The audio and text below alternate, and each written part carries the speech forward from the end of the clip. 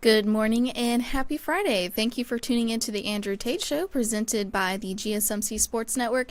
We've got a great show for you guys today. We're going to be covering Robert Kraft reportedly warned the Falcons not to trust Bill Belichick. We'll also be talking about LeBron James focused for the Lakers Nuggets series. And we'll also be talking more on the College Football Super League. And make sure that you guys stick around for later in the show when we'll be diving into our Florida Man Friday segment for the week. Before we start though, I just wanted to remind you guys to like and follow the show. We get a number of questions from viewers that come in during the show, so to ensure that your question gets read on the air, I ask that you use the tips and donation link with your question. The tips and donation link is gsmcpodcast.net. This just puts your question at the top of the list so I can see it, and it also really helps the show. Hello Tate, how are you doing? Hello, Miss Faith. We're starting out a little rough here. Yes. Yeah. So Faith and I were doing our little pre-prep everything, and Little then chat. Faith just froze on the screen here, like okay, hey Faith, what's going on? So we've already had some technical difficulties, but we work through these things. Yeah. Listen, And I we're will on. say, I feel like in the past couple of weeks, we haven't really had any technical difficulties. So, you know, Okay, did you really want to say that out loud on air? I mean, You just we jinxed us. You announce know that, right? we announce all the time that we have technical difficulties, and we had our technical difficulty today. It's already happened. So, It nothing. normally happens on a Monday, so Yeah. Oh well, we what are you gonna we do? got this. So, and then you have a fun weekend coming up. Anything exciting? Yes. So yeah, I'm going to, after the show, I'm going to drive down 4 hour drive to go visit my parents. I'm very excited. I think in my hometown they're having some like blueberry festivals, so I think we're going to go do that this weekend. And then I'll probably visit a couple of my friends there as well. So yeah, I'm excited. I'm not looking forward to the 4 hour drive because it's like 2 hours on a back road highway and then 2 hours on the interstate. So it's not a very fun drive. See, I like those. I miss those back road highways that the U.S. has. It's kind of cool driving No. through the country, especially in the South. I think it's really cool. No, you always get stuck behind. So the back road highways are always usually like one lane, and you always get stuck behind a really slow driving semi, and it's so annoying. I would much rather do 4 hours on the interstate if I could. But See, I'm going to clarify something because as an American, you're like, it's a one lane highway. That means there's enough room for one car to be on yes, one side of the yeah, road, then there's a divide, and then there's two sides. yes. Here, a one lane road or highway barely has enough room for one car. And in Spain, hmm oh my God. Like when I go to Spain, whenever I go to Seville, hmm I get to the outskirts of Seville. I find a place and I park, and then I call an Uber, even though I have a car, because the roads are so narrow that hmm I'm afraid to drive because you have to bend turn your mirrors in because there's not enough room for your mirrors to be out hmm as you're driving down the road. The cars, I mean, the walls are that close to you. So Yes. a little different. Yeah. So, all right then. So what do you have for me today? You have some good So, stuff. yes. So we actually have not discussed Bill Belichick in a while. But there's some uh new stuff about Bill Belichick, and why he did not earn the Atlanta Falcons job. So Robert Kraft reportedly warned the Atlanta Falcons not to trust Bill Belichick. The Atlanta Falcons' decision to pass on Bill Belichick during the coaching hiring cycle came as a surprise to many, but his former employer might have played a hand in preventing from getting the job. The New England Patriots owner Robert Kraft told Falcons owner Arthur Blank that if he were to hire his former head coach, he was not to trust Bill, ESPN reported on Wednesday. Kraft also told Blank that he's never had a warm conversation with Belichick, as he felt betrayed by the 6-time Super Bowl winning head coach over the final seasons of his 24-year tenure with the Patriots, according to ESPN. Additionally, Kraft believed that Belichick was extremely difficult to work with and that the coach was kind of stubborn, in addition to being very arrogant, as he viewed the coach was not worthy of his trust. Patriots spokesperson Stacey James denied on Kraft's behalf that he spoke poorly of Belichick to Blank during the hiring process, but might have said some negative things prior to the Falcons' hiring process.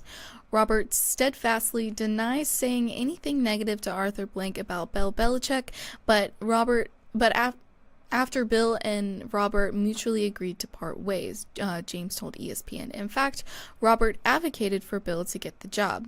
It would not surprise me to learn that owners sometimes laminate to those close to them when their teams are struggling, James added. But Robert Kraft never questioned Bill's character or trust when talking with Arthur Blank. Trust is important to Robert. He wouldn't have employed Coach Belichick for the past 24 years if he ever questioned his trust. The report from ESPN comes over 3 months after Kraft and Belichick agreed to mutually part ways following a 4-13 season, officially ending one of the greatest runs in NFL history. It also comes 2 months after the debut of the Apple TV Plus docuseries The Dynasty, which covers the Patriots' historic run, but has been criticized by former players for being too negative on their former head coach. Kraft admitted in the series that he had tough moments with Belichick, especially towards the end of Tom Brady's tenure with the team, as the quarterback's relationship with the head coach deteriorated. Okay, I'm going to ask you to do me a favor. I want you to go back in this article, and there's a point where he talks about what the article says that Arthur Blank said to Atlanta about never having, you can't trust them, warm conversations. Go down each one of those one at a time. I'm going to answer. I want to comment on each one of those because I think these are the important key points to this. Do you know what I'm talking about? I know I kind of threw you for a loop there, but there isn't necessarily like a list in this article. Well, he kind of says that he said never had a warm conversation. Oh, can't trust it. yeah. Hold Yes. on. Let's see. Where's that? And there's a reason for this. First off, everything that he has said, everything that was said in this article are all things that I have heard or have been reported on about the Patriots and about Bill Belichick for years. The same kind of things were reported when Belichick was in Cleveland. After he left in Cleveland, and then became the Baltimore Ravens and things after that, some of these same things were said before. If one person says it, it's hearsay. The second person, that's called being a second source here. Did you find it? Yeah. So all right, just go one at a time. I want to answer at each one of those. Go ahead. New England Patriots owner Robert Kraft told Falcons owner Robert Blank that if he were to hire his former head coach, he was not to trust Bill. So that's one. Not to trust Bill. There's a few things that come up with this that didn't surprise me. The first thing is, I know that Robert Kraft was very upset with Bill because Bill Belichick was saying that Brady was washed and that it was time to move on. He can't do it anymore. And he was trying to he wanted to move forward with Jimmy G, and Kraft overruled him for Tom Brady. But Belichick wanted Brady out. Eventually, he trusted Belichick, let Brady go, and then sit there and watch Brady win the Super Bowl again the very next year. Totally, upset Robert Kraft. And that's where the trust issue came into play. It's one of those things where he's been, a lot of the things that Belichick has said has been, Robert Kraft's kind of gone back and looked at it and been like, okay, I'm not happy about it. They talk about how they came in to the draft, and there's been numerous times where the scouting department and they came in with a game plan of what they're going to draft, and then Belichick comes in and overrules them. And no one's prepared for it, and he kind of blindsides them and makes his own pick. Give me the next one.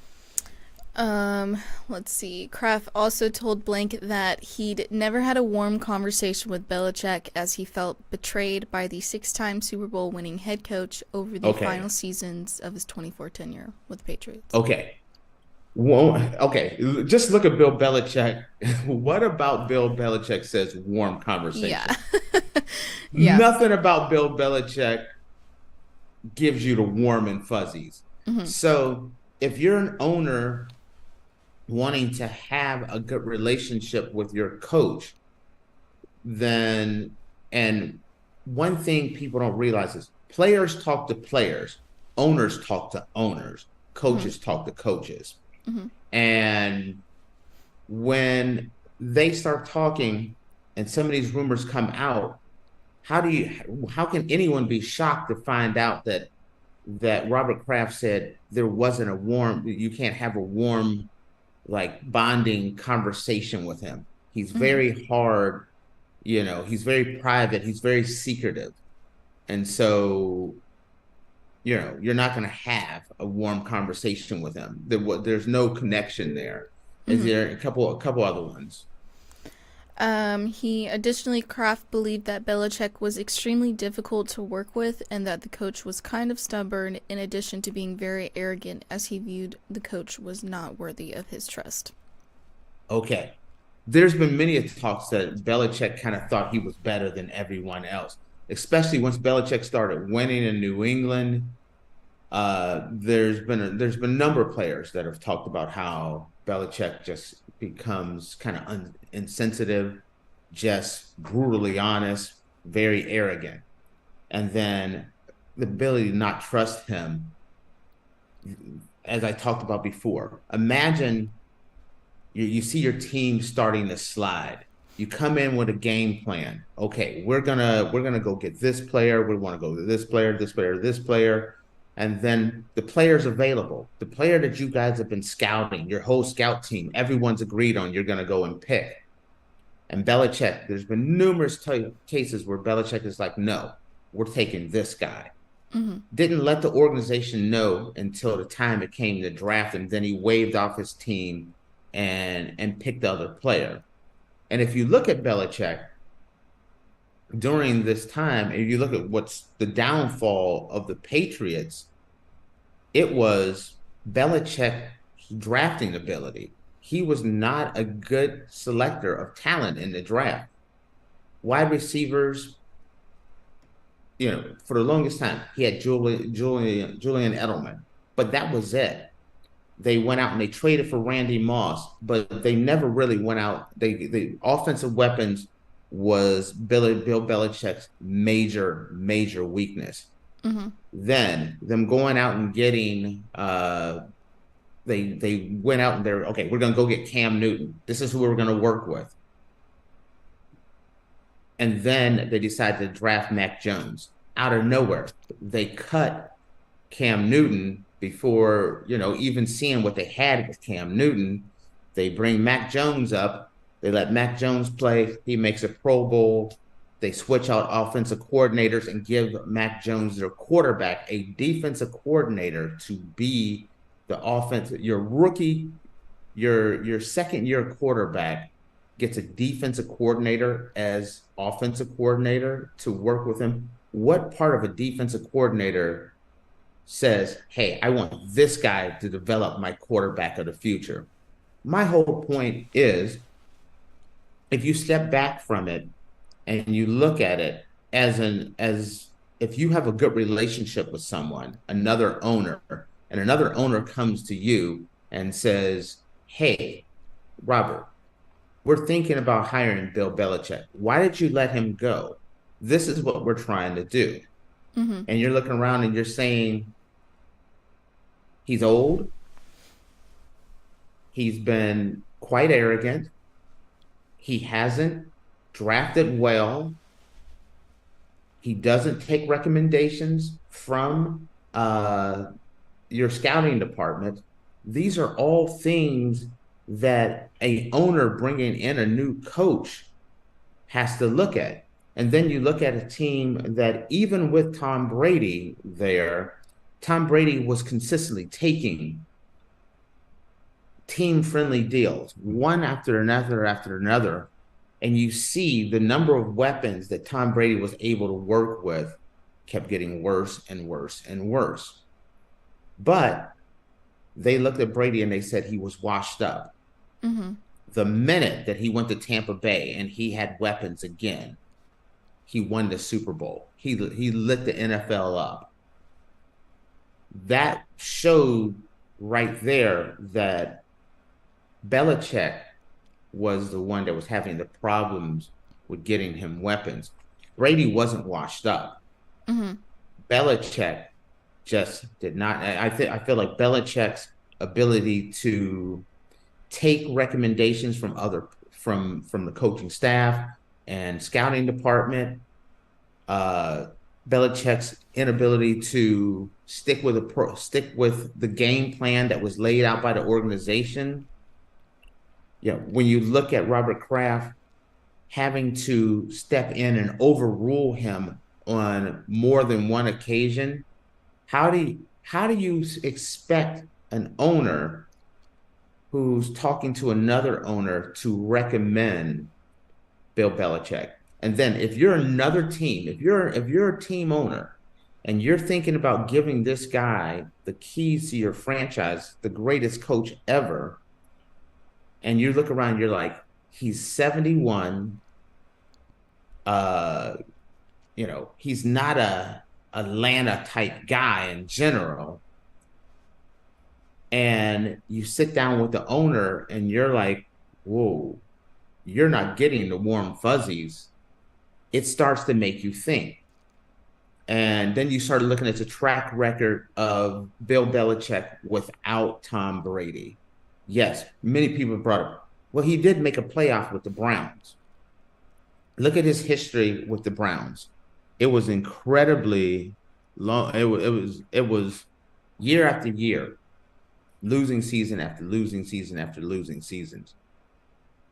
He did not start winning until Tom Brady got there, and then Brady had a very team-friendly contract because he was a late round draft pick. Then he started taking team-friendly deals to get weapons. And still, Bill Belichick's ability to grab high-end players and draft quality wide receivers and offensive weapons kept failing him, even with a quarterback that was taking team-friendly deals. Ultimately, looking at it, I agree with Atlanta for not taking him. You look at all of that and the fact that he's 71, not a guy that has shown over the year that he is very flexible, and an owner that's saying, this guy will stab you in the back. It's all right there. This is one reason why I always say, don't burn bridges, because you never know if you may need to cross that bridge again. Mm-hmm. And I feel like it definitely came back to haunt him. What do you say on some of this? Yeah, before no, we wrap it up here? I definitely agree. My only thing about this though is how Robert Blank is claiming that he didn't say any of this to anybody. I mean, Robert Kraft. Yeah, that's what You said, Robert Kraft. You said Robert Blank. You just combine Arthur Blank and Robert Kraft together. Yeah. Which is awesome. Me. Sorry. No. Them saying that Robert Kraft didn't say any of this to Arthur Blank and him denying it, at this point, it's just like, dude, just admit that you said the stuff. I mean, at this point, with everything that's happened with Bill Belichick anyway, like, he's probably I don't see Bill Belichick getting another coaching job. I think that after him leaving the Patriots was donezo for him. So, I mean, just admit what you said. The court of public opinion is very fickle. And as an owner, you don't want to be seen as bitter or petty. So sometimes you can't. I wouldn't call that bitter or petty. I would call that being honest. You would not. But think about the New England media, the Boston area media, who has watched Bill Belichick win all these championships with Tom Brady. Mm-hmm. And he is beloved in that area, beloved. And that's coming out. This is getting out here saying that the owner is saying bad things about the guy that they love. You don't want as an owner to have the city turn against you. So it's a wise decision, even though I do believe, this is me speculating on what I believe, because everything that he said, I felt like was absolutely true from what I have seen, strictly from what I have seen. So you can't argue with the fact that Belichick is stubborn, that he's an older coach, that sometimes, the way he runs his team, it's kind of very old school, not modern way, where Atlanta's trying to become more of a progressive, more modern type team. Going back to the good old days may not be the best decision. Mm-hmm. I don't really see, I've said this before, I don't see him getting another job unless it's a really bad job or Kansas City's Andy Reid decides to retire, because then that's a good fit. Mm-hmm. But most places are trying to get younger, more progressive, and you have a coach. When you're trying to become more of a modern type team, more progressive, using analytics, and you're thinking about Bill Belichick, who's not really an analytics guy, not really a progressive guy. He's very old school.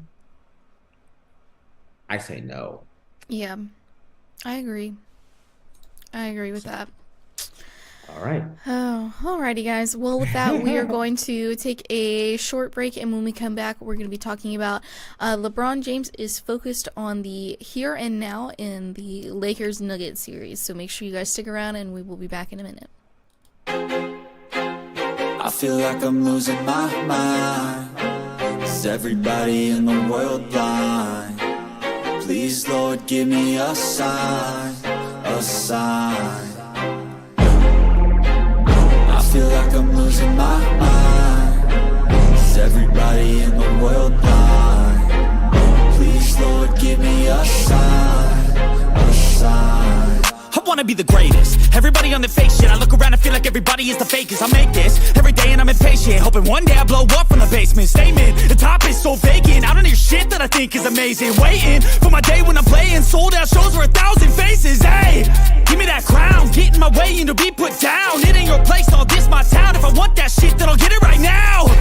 I'm losing it, the noose it fits. I'm losing shit, a stupid myth. You choose to live or choose to dip. You choose to fight or lose your grip and lose a gift. I feel like I'm losing my mind. Is everybody in the world blind? Please, Lord, give me a sign, a sign. I feel like I'm losing my mind. Is everybody in the world blind? Alrighty, guys, welcome back. Earlier, we were talking about Robert Kraft reportedly warned the Falcons not to trust Bill Belichick, and now we're going to talk about LeBron James is focused on the here and now in the Lakers-Nuggets series. But before we do that, I just wanted to remind you guys to like and follow the show. Also, we get a number of questions from viewers that come in during the show, so to ensure that your question gets read on the air, I ask that you use the tips and donation link with your question. That link is gsmcpodcast.net. This just puts your question at the top of the list so that I can see it, and it also really helps the show. Yeah. I'm going to go ahead and apologize. There's a sneeze tickling my nose right now, and I know it's coming, but it's not coming right now. So if I sneeze when I'm mid-sentence, I apologize. That is so hard. You're holding it, you're trying to talk, everything. That's a hard one. Alrighty, so LeBron James is focused on the here and now in the Lakers-Nuggets series. The upcoming first-round playoff series between the Los Angeles Lakers and Denver Nuggets is being billed as a rematch of last season's Western Conference Finals when the Lakers got swept. Overall, they lost 8 straight games to the Nuggets, and almost nobody thinks they have a real shot of overcoming the defending NBA champs. To make matters worse, the Nuggets boasted about upending the Lakers after they won it all. That included their head coach, Michael Malone, who pranced around like a peacock during their championship parade. But LeBron James downplayed the notion of this being a shot at revenge for his team. In fact, he's acting like it's just any other first-round matchup. LeBron James told this to ESPN. I think you're putting a little bit too much emphasis on it. This is our first round matchup. I mean, we're looking forward to the postseason, but I haven't been looking forward to the rematch. The game is played how it's being played, and this is the matchup, so we're looking forward to that challenge. It shouldn't be personal at all, James said when asked about the motivation for payback. I think you allow yourself to get away from the game plan when you make it too personal. We have a game plan, you go out there and execute it, and you live with the results. I'm kind of the last person you should ask that. I just stay even keeled. I've been in the postseason way too long in my career to know that you don't get too high off of game one or get too high over whoever the matchup is. You got to stay even keeled. While James averaged just 24 points at a game in 3 regular seasons against Denver, he said he's feeling relatively healthy these days. That wasn't the case last spring, as he was working his way back from a right foot injury that forced him to miss a month. This series will begin on Saturday in Colorado. If LA somehow manages to win game 1, they could suddenly have a real shot at getting past Nikola Jokic and crew. Okay. This is my Western Conference final right now in the first round. I feel like whoever wins this series is going to go to the NBA Finals. That's kind of the way I feel. Not everyone feels that way, but that's the way I feel. Denver is the best team in the league. Denver owns the Lakers. I mean, they have owned them. Swept them last year, won 8 in a row. In the regular, so they haven't lost to them at all, even regular season. It's been a tough go. They haven't really had much success since the Dwight Howard was with them, and they handled them in the playoffs that year. And Dwight Howard is a much stronger player, and so his strength became a factor. He was a big body that could really work on Joker. They don't have that now. Anthony Davis, if you could put him on Joker, but he's still gonna get his. You're gonna have to send a lot of bodies at Joker to slow him down. Like I said, it's gonna be hard for them to win. When you look around and you say, okay, Joker's gonna kill us. So what do? If you leave him 1-on-1, Joker's going to get his points. But if you start dropping down and you start double teaming Joker, the thing that makes him so tough is he's the best passer in the NBA. He knows where to send if the pressure comes from one side, the double team comes from one side, he knows where to kick it. He has that knack of finding an open man that's going to get the open shot. And that's the thing that breaks a team's back.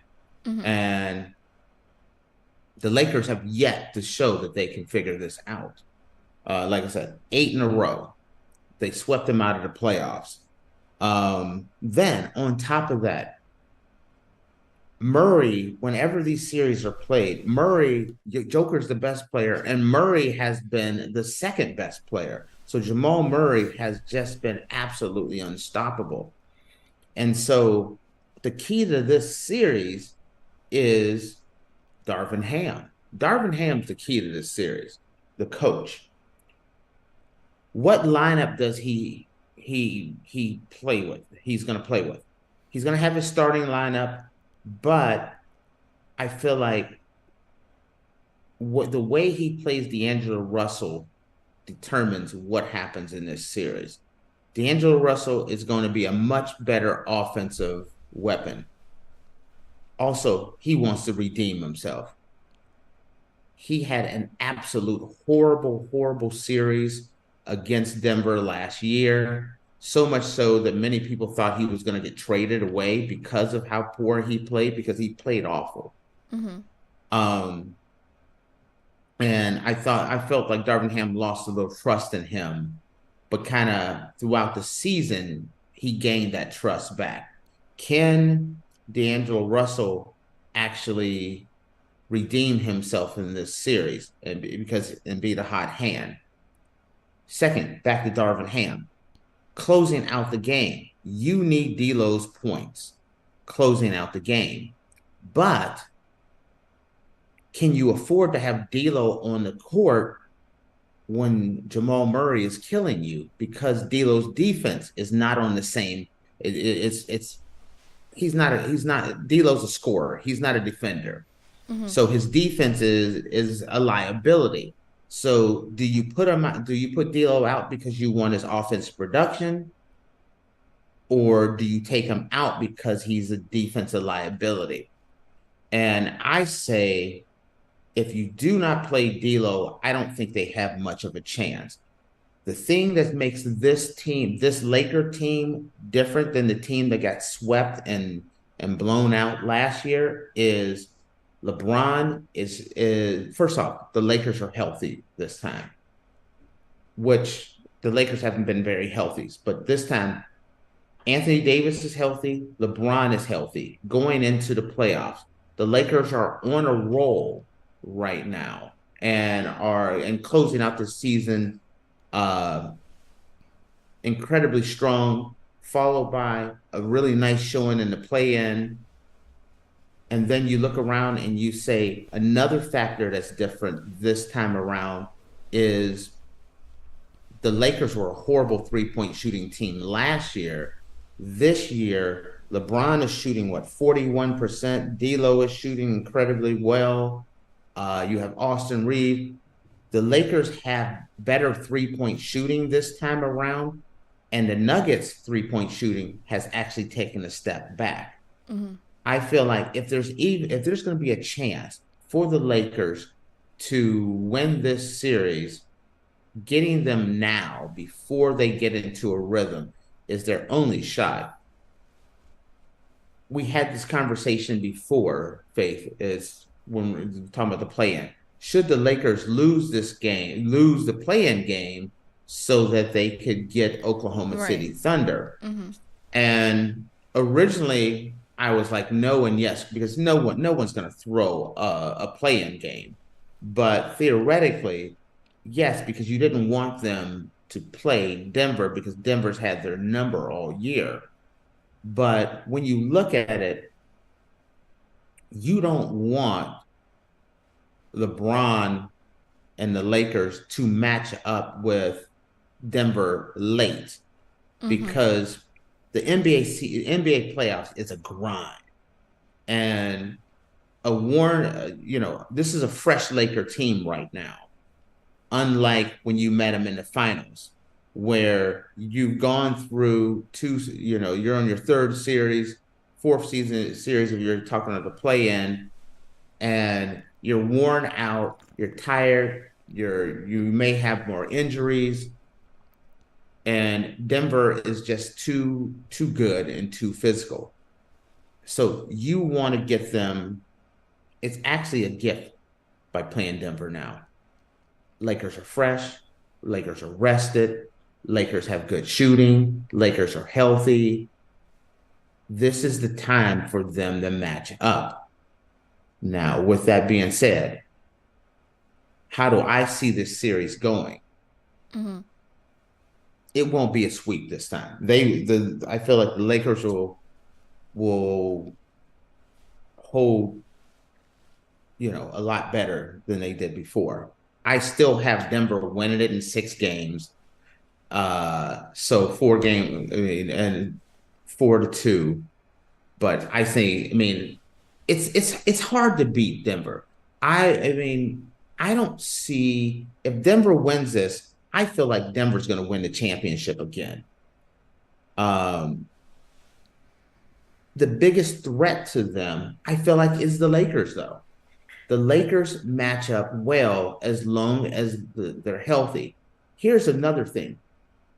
Putting Anthony Davis on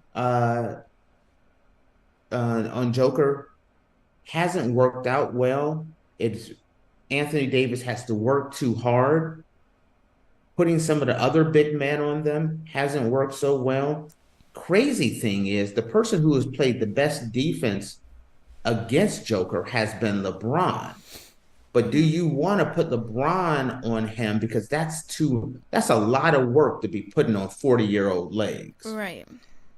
So on top of everything else. Right. You can't work LeBron to death on defense and expect a huge a big burst of scoring on the offensive side.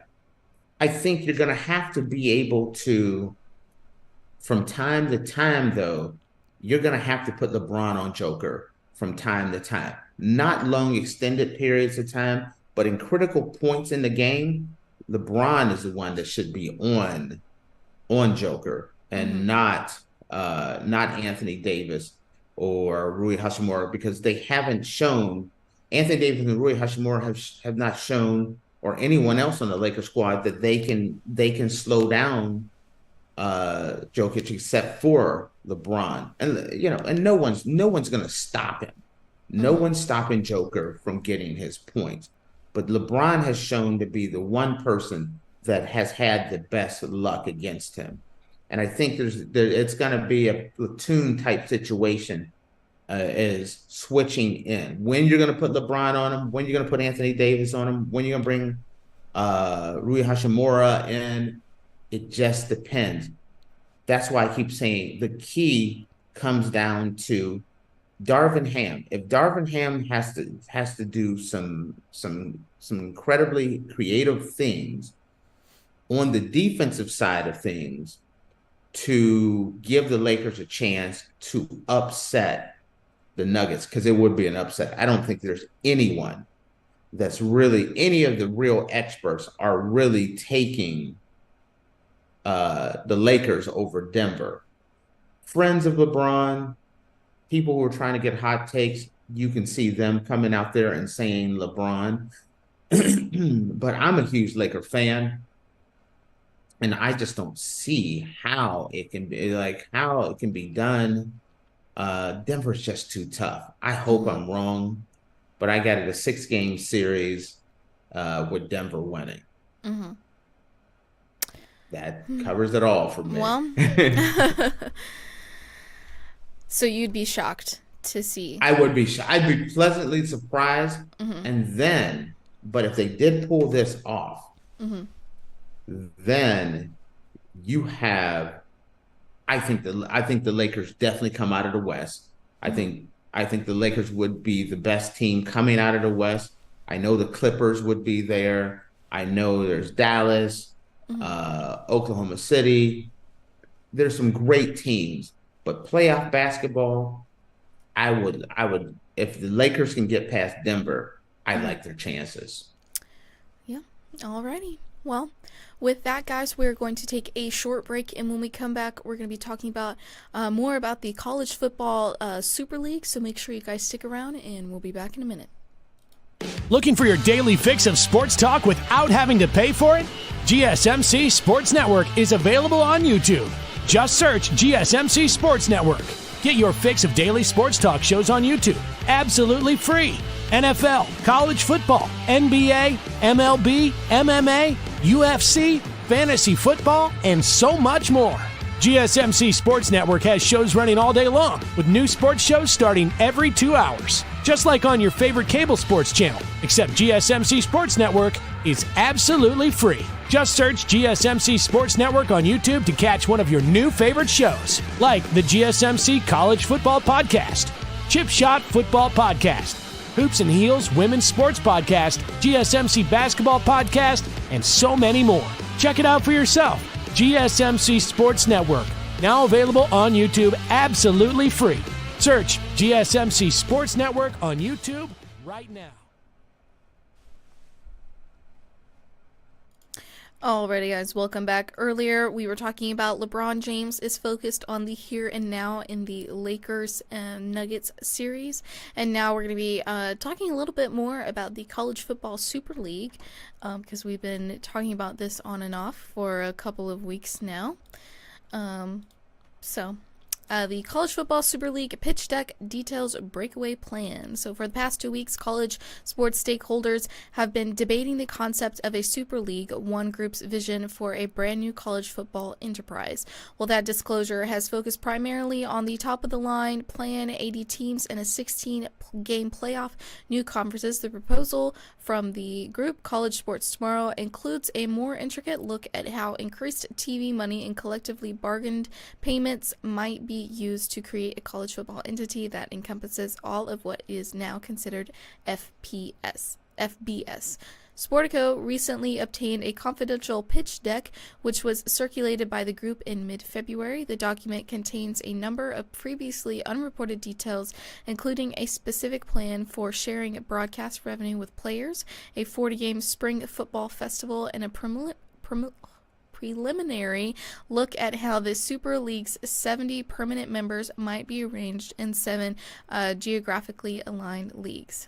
College Sports Tomorrow, a collective of U.S. sport team owners, executives, and college administrators, have spent months trying to distill the current upheaval in the intercollegiate athletics into an entirely new business model. The group includes the Devil Sixers owner David Blitzer, NFL executive Brian Rallup, Cleveland Brown owners Jimmy Haslam, Syracuse Chancellor Kent Seroid, and Turkey ZRG Chairman and CEO Lynn Perna.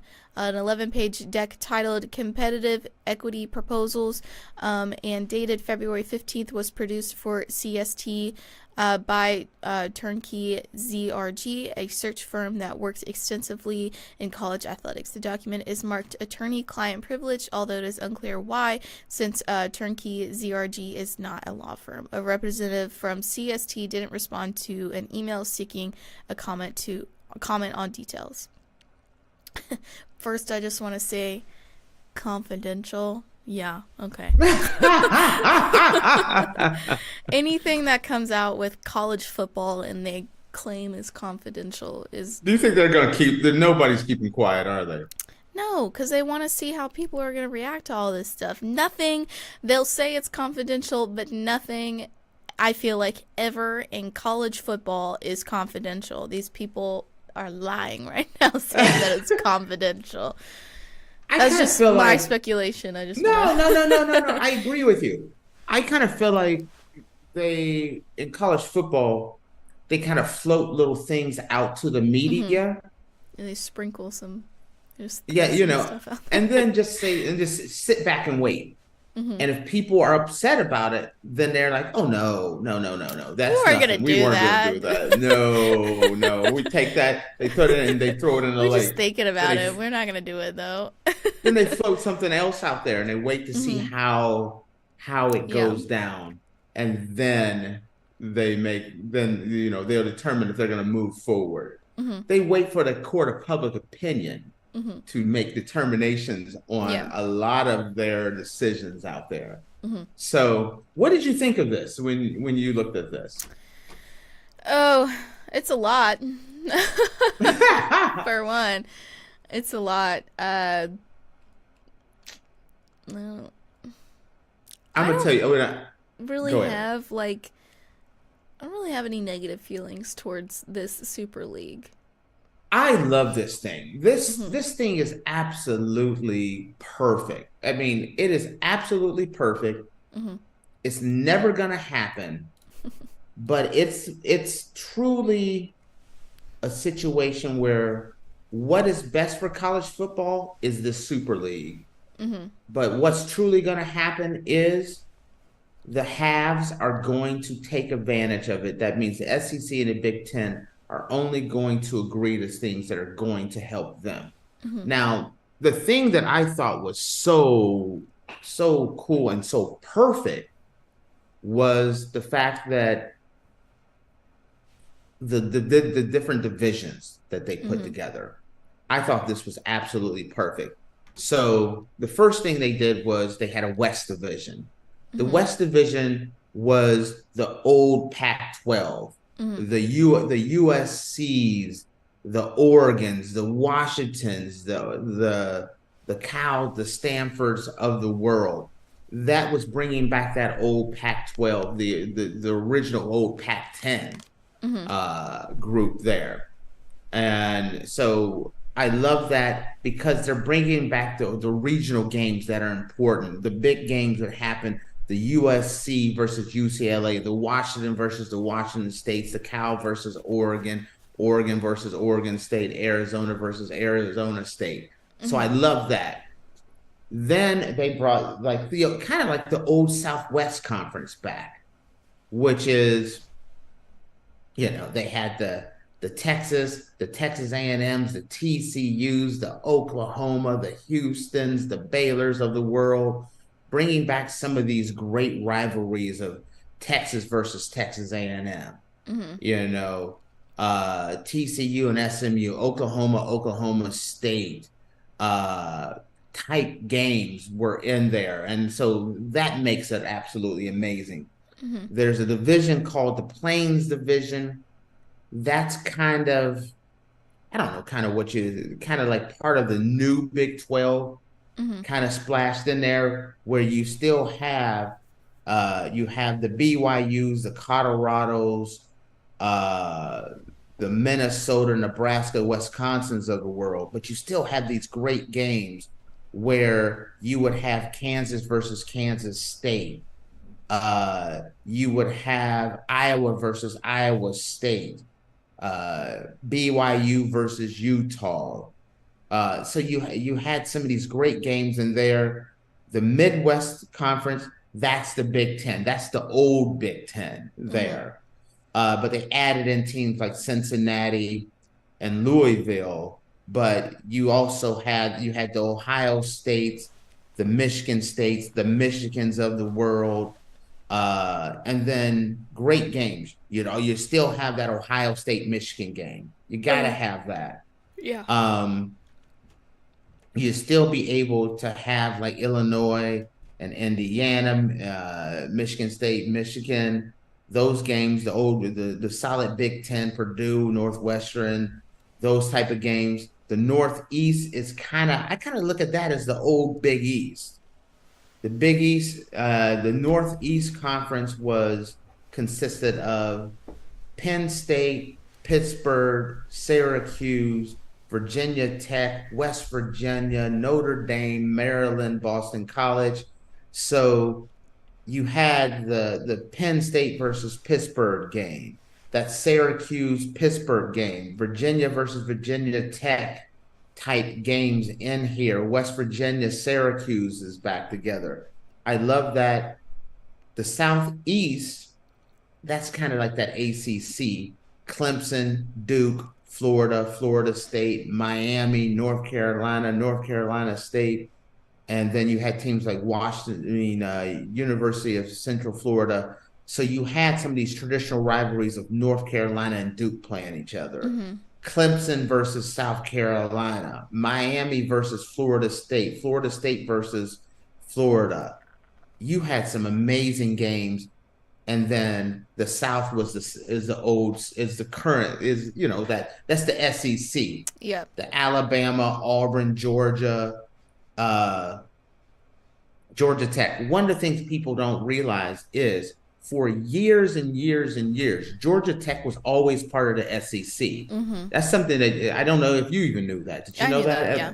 Yes. Georgia Tech was always a part of the SEC. So that brings that back. The Tennessees, the Vanderbilt, Ole Miss. So you have the Ole Miss versus Mississippi State.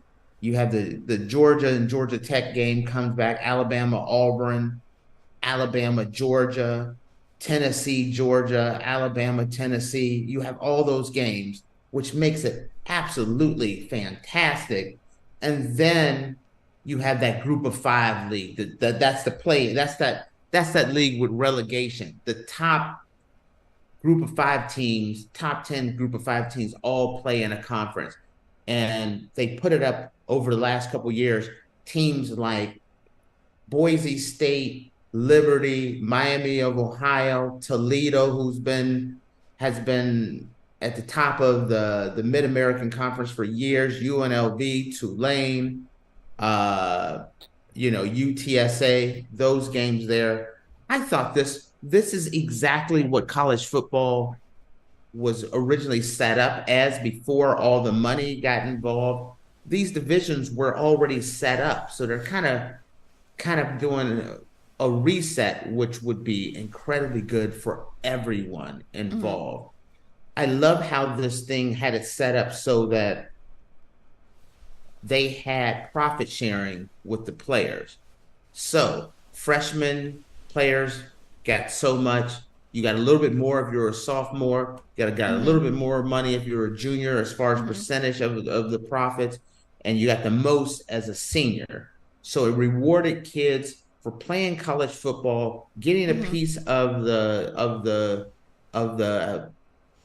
advertising television money, but also rewarding kids for going to school, staying in school, making their grades.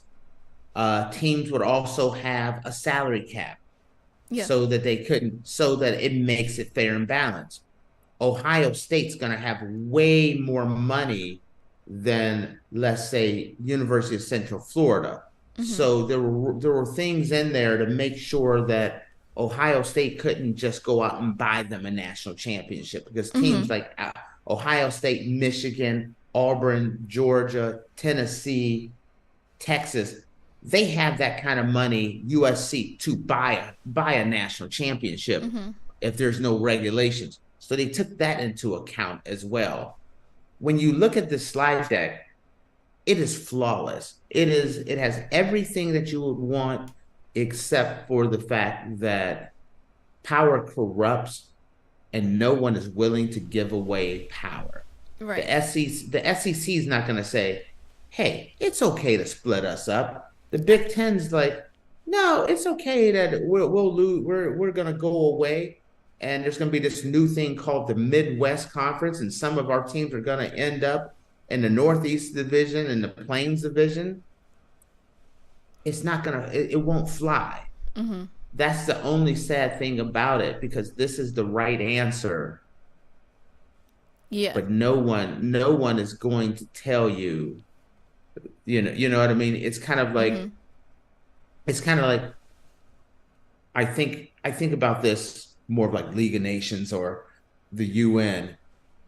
You could put together a world government, but countries like the US and Russia and China, they're not going to be like, you know what? No problem. We'll give up our power and give it away to somebody else. No one's going to do it. That's the problem with this whole thing here. It's in a vacuum, it's perfect. But you have to make it imperfect to appease the people who are in power. That's the reason why I said keep the divisions as they are. Mm-hmm. You have the SEC 2 bids. SEC East gets a bid. SEC West gets a bid, but the SEC stays together. The Big Ten, you divide it up into East and West. Big Ten East gets a bid. Big Ten West gets a bid. So the 2 big boys get their division. They get to keep their, get extra bids. They get to keep their money for those conferences. And then ACC and the Big 12 and the Pac and the new Pac-12, they each get 1 bid, and then one extra bid among those 3 conferences, and then you still have the Power 5 division. That's the only way I can see this actually working, because then the ACC gets to keep their division and their television contract. The Big Ten gets to keep their television contract. The television networks are happy. That's the only way I can see doing something like this and making it work. I feel like the smaller leagues would be upset by that, because I mean, obviously right now it's not fair anyway, but with the amount of money that the Big Ten and the SEC are getting compared to the ACC, Pac-12, Group of 5, all of that, with this the Super League thing, everybody would have a more of like a fair share of money, I feel like. And so I feel like I agree you have to make things imperfect for people to want to do this, but I feel like the smaller conferences would still like be unhappy about it. Okay, first off, you go to Georgia, the University of Georgia, Bulldogs, SEC, back-to-back national champions just a couple years ago. Any proposal that says, if you saw, before you knew all this, if you saw a proposal that said, hey, this new proposal is going to do away with the SEC completely, and it's going to make it so that UTSA and Miami of Ohio and Troy are going to get as much money as Georgia is going to get. Name somebody at the University of Georgia that would be like, I'm okay with that.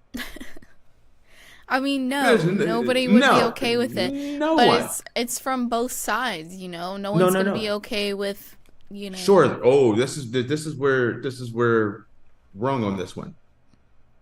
Georgia makes this much amount of money. Let's say Georgia's getting from television $80 million a year. Miami of Ohio is getting a few, let's say $4 million a year. Agreeing to this program makes Miami of Ohio, who is only making $4 million a year, get them up to about $10 million a year. You don't think doubling their income would allow them to be like, you know what, I'm okay with this? Because the alternative is, hey, you can double, maybe triple your money, or the new proposal will just exclude you completely, and your $5 million will go down to nothing. That's the reason why the small schools will agree to it. Look at Washington State and Oregon State.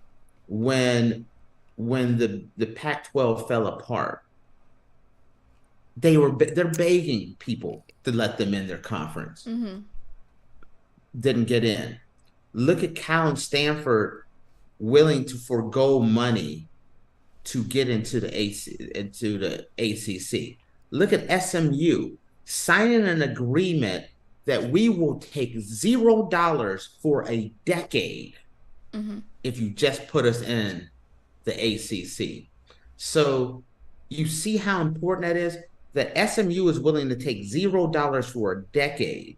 So a small school like Troy or UTSA or Miami, Ohio, or University of Akron, you don't think a proposal that may double or triple their income, they wouldn't agree to? Of course they would. That's the reason why. Yeah. Make sense? Yeah, yes, you're right. I mean, but Because I you're like, wish y'all would just do the right what's thing and do what's this. the best thing for college football This. is very different than what people would actually do. Well, I think it's stupid. That's kind of like saying Elon Musk and Mark Zuckerberg, we want to take all your money and we want to spread it out among all the Americans evenly. You would be for it and you'd say that's great. Heck yeah, before nobody needs that much money in their life anyway. They're not going to spend it by the time they die. That's so true. It is true. They will never spend it, but no one's gonna agree to that. Yeah, I guess. It is. But it is nuts.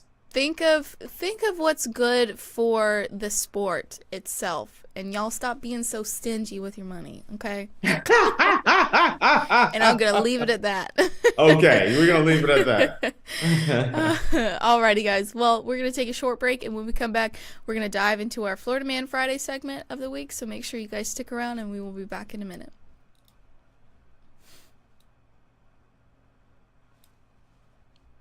For the best and latest podcasts available anywhere, go to the podcast app on your cell phone and type in GSMC to access free content-rich podcasts on health and wellness, book reviews, sports, entertainment, relationships, social media, movies, technology, finance, and even weird news. Subscribe and download the GSMC Podcast Network's family of shows, available everywhere podcasts are found.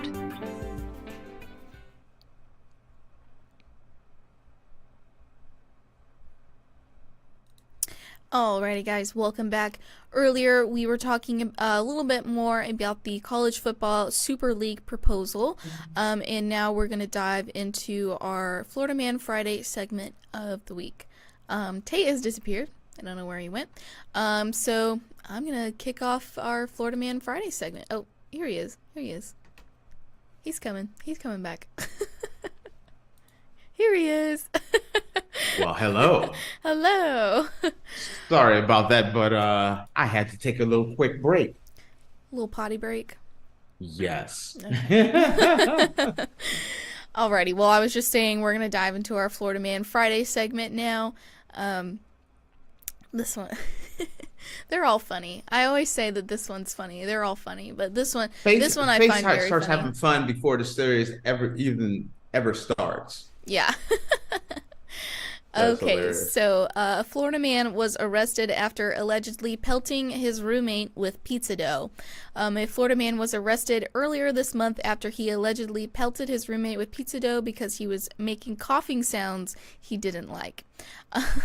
Joseph Tresselt, 32, was charged with criminal mischief and simple battery after the incident that unfolded at a St. Petersburg apartment on April 11th, according to an arrest from the Pinellas County Sheriff's Office. At around 7:20 p.m., Joseph was making pizza. The arrest said that Joseph said he heard voices telling him how to make the pizza. Joseph's roommate started to make coughing sounds, which irritated him. That's when Joseph allegedly grabbed a piece of the pizza dough from the floor that he had already thrown and threw it at his roommate. The pizza dough struck him in the hip while he was sitting at the dining room table, according to the arrest. Deputies said he had no visible bruisings on him, which... pizza dough. Why would he get bruised by that? Anyway, after the incident, Joseph allegedly went to his roommate's room, grabbed his dresser, slammed it down, and pulled the drawers out. This caused damage to the dresser frame, the arrest said. He did this on the way to his room, which was on the same path. In a post-Miranda interview with deputies, Joseph said he struck his roommate with pizza dough because he was making coughing sounds that he didn't like. Additionally, Joseph said he slammed the dresser down because he was angry at his roommate. Joseph remains in custody at the Pinellas County Jail with a $1,150 bond, arrest records show. Okay. Okay, clarify a couple of things for me here, Faith. Mm-hmm. Who's the guy that destroyed the dresser? The The same guy guy that who, the same one guy that who- threw the pizza dough? yes, the same guy who threw the pizza dough. Okay. Now it makes more sense to me because I was like, You got hit in the hip with some pizza dough, and then you're gonna lose your mind and destroy a man's bedroom? So, first off, many moons ago, I used to work at Pizza Hut. I used to wait tables at Pizza Hut many years ago. Used to kill it too. And first thing I'll tell you is I've actually seen someone get hit in the head with pizza dough, and it causes a lot more damage than people realize. It really does. Pizza dough is heavy, and it whacks you. And then for a big pizza, I would assume he, was making like a personal size pizza. I think he was. They said he already threw it in the air and then threw it at him, so it was spread out. I'm sure it was spread out a little bit more than just a ball of dough. I think it was like, I'm thinking he had about a little, let's say a baseball sized pizza dough. I don't know. This is one of those things that things kind of escalate. You're sitting there, you're trying to make pizza, and then people keep interrupting you. You start getting frustrated. Right. So that was what I was going to say. I was like, I want to know if the roommate was doing anything else before that to aggravate him. Because let me tell you something. I have had roommates, and I have had roommates do some things that have really, really aggravated me.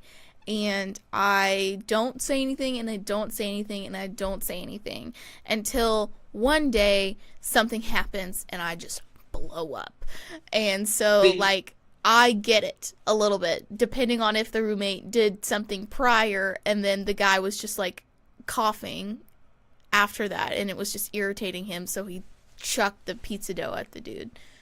So what you're saying is it was more than just the pizza situation. I feel like it has to be more. And also, I guess, he broke his dresser, so that, you deserve some consequences and repercussions for your actions on that. But you're really going to call the police on a man who threw pizza dough at you? Come on. Okay, that is incredibly petty, but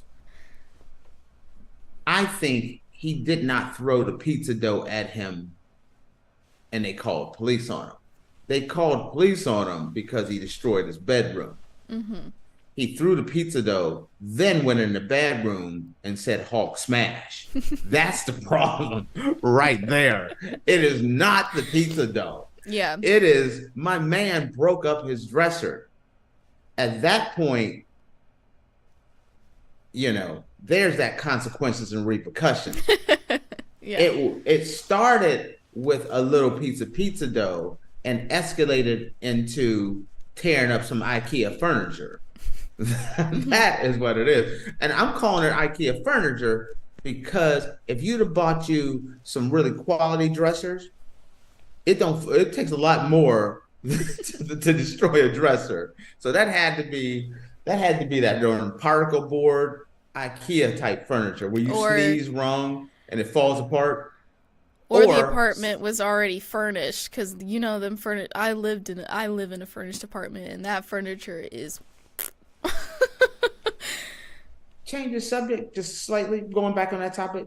Most places you come to here, whether you rent a place or you buy a place, it comes with the furniture as part of the purchase. Wow, that's nice. Which is kind of weird. But anyway, back to this. You have to go out of your way to find a furnished apartment. It's hard to find a place that's not furnished. That's the thing that's kind of tough for me. Now, it's one of those things where, let's say you're already upset. Some things are bothering you. Mm-hmm. And throwing the dough, he threw it the first time, he missed. Guy kept making noise, kept doing that. He threw it again, and then the dude lost his temper and blew up. That's what I'm saying it is. Mm-hmm. What do you say on that one? I think there was something else going on as well, and then he was finally, because to me, I get offset by like the littlest things after I've already like bottled everything up inside. So Yeah, like that's where. Go ahead. like coughing sounds can be irritating, but if you're already irritated and then you've got someone coughing in the same room and that sound is irritating, you don't think it's that, like, it's a little thing and it really shouldn't make you blow up. But when you've already had all these other things irritating the mess out of you and then you hear those coughing sounds, you lose it. I mean, I have lost it over very small things because I'm someone that won't do anything to begin with. So I'm not saying what he did was right, but I get it a little bit. Let's talk. Let's dive into little Faith, Miss Faith Jane. First off, I have a big rule. If you talk about it, you know, if you say what bothers you right up front, you don't hold that in, because it's something. A lot of times I see a lot of people do this. It'll be like, this bothers me, but I can't say anything. This bothers me, but I can't say anything. And it just grows and grows and grows. And then one day someone is like, oh, Faith, I love your hair. And it's like, rah, you know what I mean? And it's like, damn, I just said your hair was nice. It's because you can't hold things in. I'm brutally honest. So I'll just be like, listen, I didn't like that. Don't do that. Before it gets to something huge, I will let you know so you always know where you stand, because that's what talk about going into relationships and things. That's the stuff that destroys relationships. The boyfriend or the girlfriend doesn't even know that you have all this stuff that's been growing and growing. And then the smallest thing they explode on, it turns into this big, huge argument, which the argument isn't really about that thing that happened. It really is about the 14 other things that you have been storing like a squirrel storing nuts for the winter. It's all these other things that have grown into this giant fight. So, you know, it's something I'm working on. That's hilarious. Faith is like, I'm working on it. Now, I'm going to say this. I remember, this made me think of one time. I love cooking. And so I had some friends over and I was making sushi for them. And I normally have a nice sized group of friends over. So it's about 40 or 50 friends that were over, and I'm making sushi for everyone. And, you know, people are curious about making sushi because they've never made it. But these people were like, no. I want to, like, give me the knife. I want to cut it. And like snatching stuff off the table before it's even done. Like, hey, I'm not done. Listen, that eventually it gets to the point where it was like, you know what?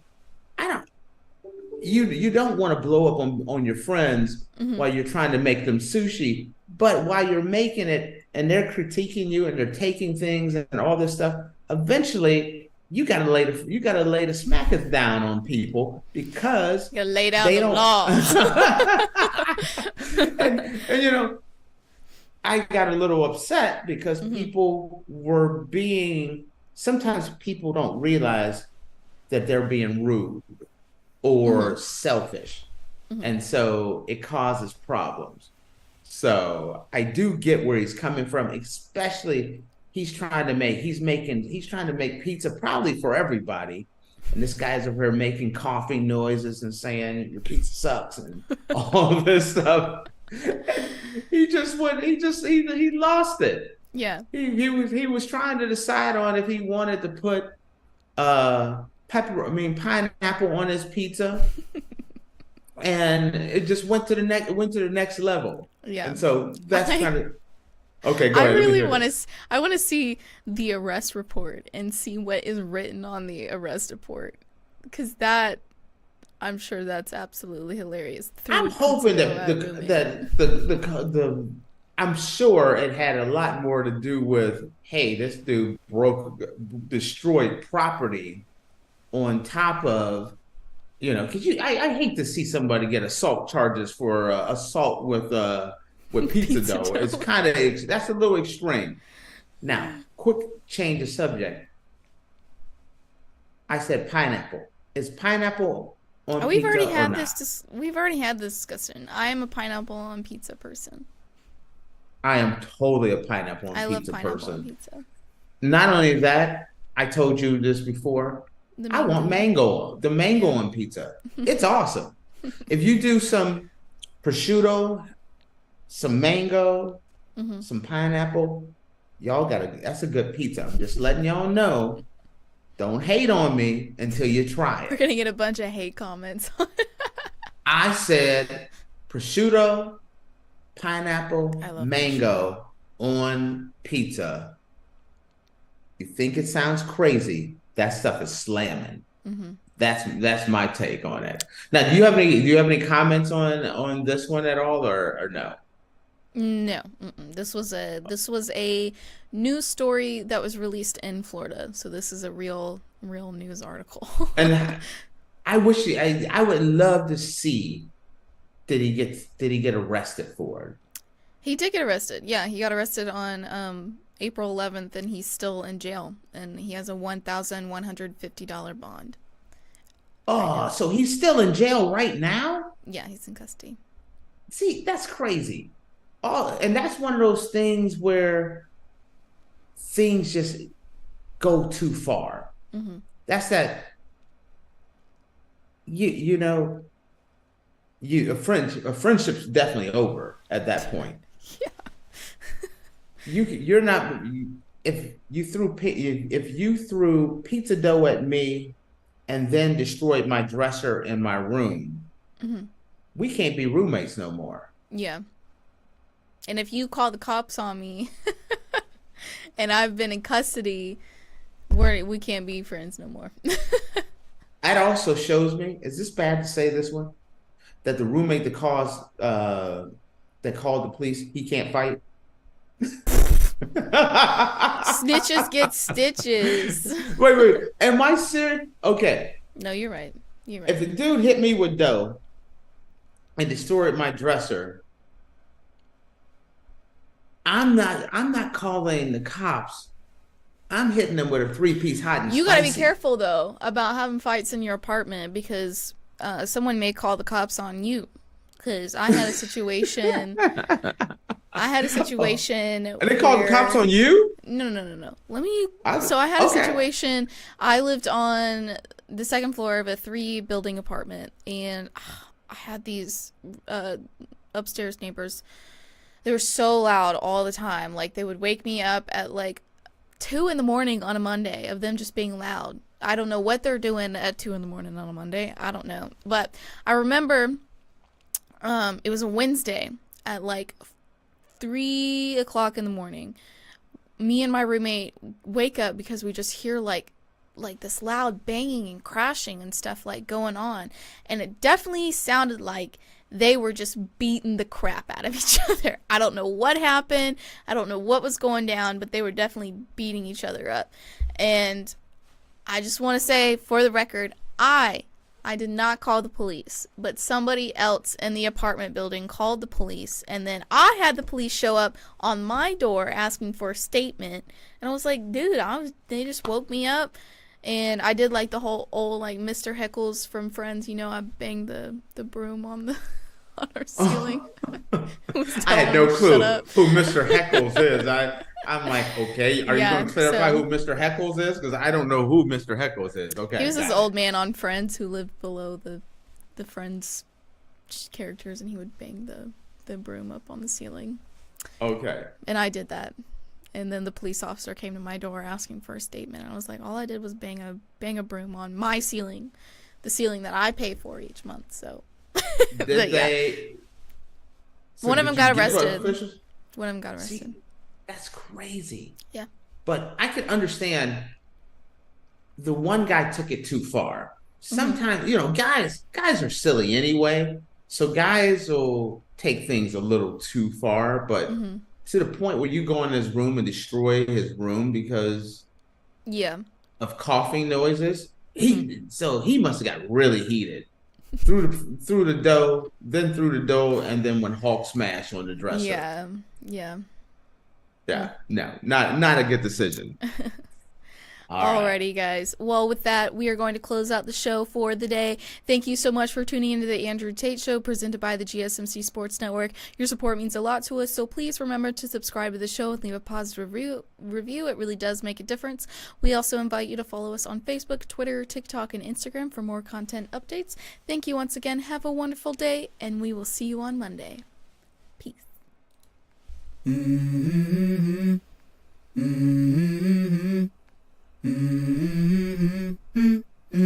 Let's go. I wake up to a little bit of drool on my pillow, feel like it's gonna be a bad day. Yeah, I'm tired of shit, and the coffee ain't hit yet, damn, ain't that great.